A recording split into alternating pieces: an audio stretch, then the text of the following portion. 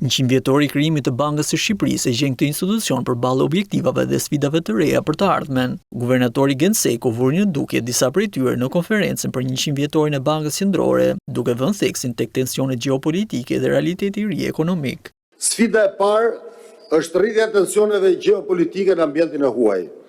Rikonfigurimi i zinxhirëve të prodhimit botëror, si dhe rritja e barierave tregtare janë tashmë një realitet i ri ekonomik.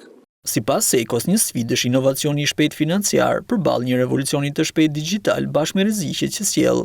Gjatë dekadës së fundit ne jemi bërë dëshmitar të një revolucioni të shpejt financiar, i cili ka potencialin të transformojë rrënjësisht të industri.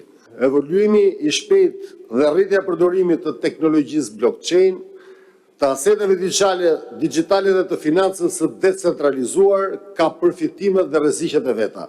Një tjetër sfidë për Sekon ka të bëjë me stadin e zhvillimit të Shqipërisë dhe trendet e pafavorshme demografike të vendit. Sfida e tretë ka të bëjë me vetë stadin e zhvillimit të Shqipërisë dhe implikimet që ky stad ka për modelin e rritjes në të ardhmen. Seko siguroi se këto sfida mund të tejkalojnë nga procesi i anëtarësimit të Shqipërisë në Bashkimin Evropian. Kjo sfidë e fundit bëhet edhe më komplekse në praninë të trendeve të pafavorshme demografike në Shqipëri. Një mesazh përshëndetës në këtë 100 vjetor kishin edhe Christine Lagarde, presidentja e Bankës Qendrore të Evropës, si dhe Kristalina Georgieva, drejtore e Fondit Monetar Ndërkombëtar. Ky shekull është mundësi ideale për të reflektuar mbi të kaluarën e Bankës Qendrore dhe të ardhmen e vendit.